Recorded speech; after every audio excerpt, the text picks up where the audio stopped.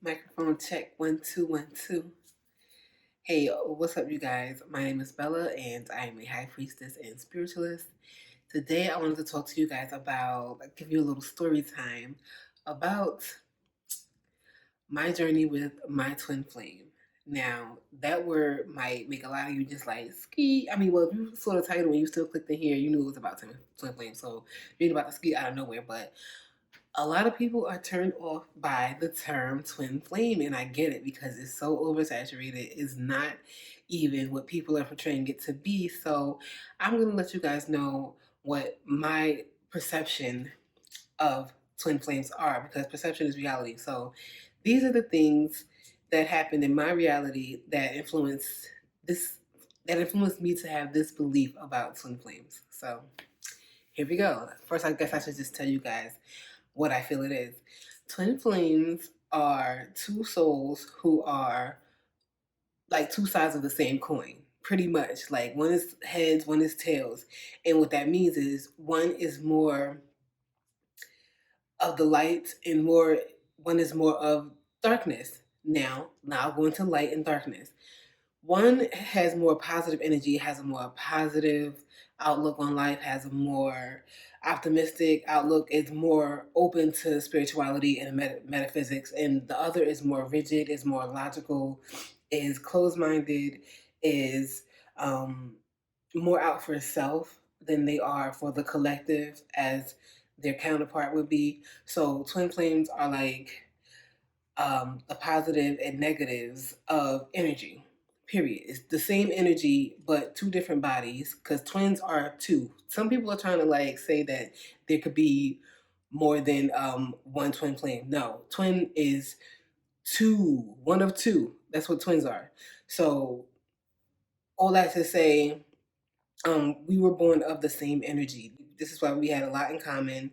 And I would notice that we would handle things differently though. Like I would handle things in a more optimistic, upbeat, like more kind of delusional attitude where it's just like, it's gonna get better. Like there's no evidence of that, but I'm just like, it's gonna get better. Like I know it is. And then where he was just like bitter, like and kind of just like out to get the world because of what happened to him when he was coming up in the world. So it's like one of us, this is it's two kinds of people in the world. This is exactly what that is. There's people who take the pain that they went through and vow to grow from it and never to put anybody else through that same pain again. And there are people who feel like they're entitled to inflict pain upon other people simply because they were put through pain at some point in their lives, and that's really a negative mindset because you get back what you put out. Like you can't help what you receive when you're younger, but it's all for your growth. There's a blessing in every lesson, and with time comes that that knowledge or whatever. So he still didn't get that knowledge. It's been a lot of time. Like we in our mid-30s, boo. But that's not my business. I pray you find God just like I did, because that's the whole point of being here, is to find God. And most of you, once you find God, you're going to realize that it is within. So stick around if you don't know where God is or where you could find God, because sis is going to tell you. Okay? But anyways, back to the twin flame stuff. So that's pretty much what a twin flame is. Like it's two sides of the same coin. It's the yin and the yang. And of course, with the positive person, like they have negative within them. And with the negative person, they have positive within them. The goal of the twin flame journey is to balance yourself, is to not be too much of the light, because then you'll be taken advantage of, you'll be taken for granted, and you'll be used and abused and tossed to the side. And do not be too much of the dark, because you'll be energy vampire, a bottomless pit, a freaking, like you'll be a cancer to everyone around you, and you'll be a cancer here on earth. So twins are supposed to come into balance within themselves before they can come into union with each other. Now, both twins are charged with the same task, and that's to overcome their darkness, or to overcome their too much light, what have you, to balance themselves out, to come together, and then to be an influence on the world, a positive influence on the world. Now, if one of the twins do not complete their journey, like by overcoming their darkness and balancing their energies out, or what have you, like overcoming their shadow, called shadow work, if one of the twins does not do that, then they will not come into union. And if one of the twins does do it, then they will be blessed with someone else. Like, it's not going to be a twin because you only have one twin. It'll be another higher level soulmate, which is like, that's cool with me. Like, listen, forever is a very long time. You don't do anything longer than live. And so it's like, what is the likelihood that you're going to find a person that you're going to just like go through life with? So this little, a lot of people who are holding on to that thought, this delusion that there's going to be somebody that they're going to grow old and die with, is like, all right. So anyways, as I was saying, yeah, okay. So you can't be codependent. A lot of us are. A lot of us are codependent on other people's energies to be able to heal ourselves, and this is why people jump from relationship to relationship and looking for somebody to help them get over somebody else. And I get it, but at the same time, it's like you're doing yourself a disservice because you're only attracting the same energy in another body until you learn the lesson. So that being said, if your twin doesn't learn the lesson and you do, then you will be rewarded to move forward on your life journey with another like higher level soulmate, because you deserve true love. You did the work, you did the healing. You deserve to be with somebody else. You know what I'm saying? You just got to be patient and trust God is going to send that person in the right time. So the other person who failed their mission is going to pretty much be cut off from divine energy and divine protection because like you failed your mission. You did not do what you came here to do and you don't intend to do it. So it's just like, I don't got nothing to do with you. I got some other people to help. I got some other souls to help elevate or whatever. So like you on your own, bruh.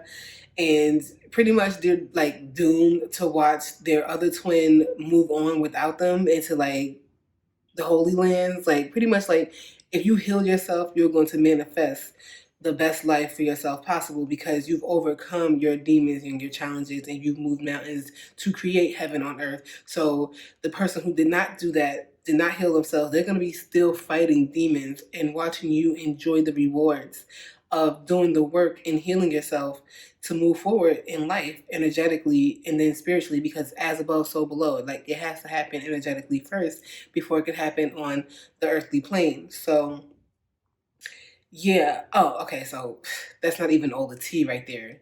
He failed his mission. I passed mine. So I'm looking forward to moving on up with my boo thing whenever he comes. And I'm not pressed about it because why? Life is great already. Life is great already. So there's also some more like, it's so heavy, you guys, because this is not the first time I've tried to like remove myself or separate myself from his energy, because essentially he's holding me back. Like if I was to stay with him knowing that he did not do his healing and I did mine, he would block my blessings, he would drain my energy, he would be like opening himself up to the opportunities that's supposed to be for me, and I would be left out in the cold because these blessings is only meant for one of us. And since he is the more dominant, draining, like succubus, incubus energy, whatever you want to call him, like he's the energy suck. So he's sucking my blessings. Like he's just going to consume them before I can even get them. And it's like, I did the work for those blessings, but here you are getting to reap the rewards because I will not separate myself from you. You gotta go. You got to go. So honey severed them ties very quickly. Once I figured out how to like remove his energy from mine or from my like my Akashic records, period, because he was written into my destiny. We were supposed to overcome our demons and then come together and then leave a legacy. But he did not fulfill his end of the bargain. So my whole like destiny has to be rewritten with someone else that the universe is choosing for me, and his destiny has to be rewritten as well, and not in a positive way. Not in a positive way. So sucks to be you. But I'm like I said, I got the Jefferson's energy. I'm moving on up and I deserve that because I did the work, you guys, and it was so freaking hard, but it's so worth it because according to my spirit guides, we was gonna do this song and dance another what, 3 lifetimes? It was gonna take me 3 more lifetimes before I overcame his entitled energy. I think he sold me in a past life or some kind of crazy shit like that. Like he's very entitled to owning and benefiting from my energy. So like I don't know. I think I might have been a hoe and he might have been my pimp. I think. And so you profiting off of my pussy power, and you was trying to do that in this lifetime. Speaking of some more tea, there's such a thing as energetic rape. If you don't know, then you need to learn how to arm yourself spiritually. You need to learn how to set spiritual boundaries because, listen, if you've been with someone and you just can't get over their energy, like it's been years, or even if your mother, I know women who they can't get over their baby daddies and their children are 30 and like in their 30s. If you have that kind of energy, that kind of situation, you have a spirit husband. Like this person is telepathically accessing your energy because you have soul ties. If you have that kind of soul tie, like we did, we had past lives together, we've done this song and dance before. So he was able to access my energy in the fifth dimension, which is like the dream realm when you're sleeping, and have sex with me.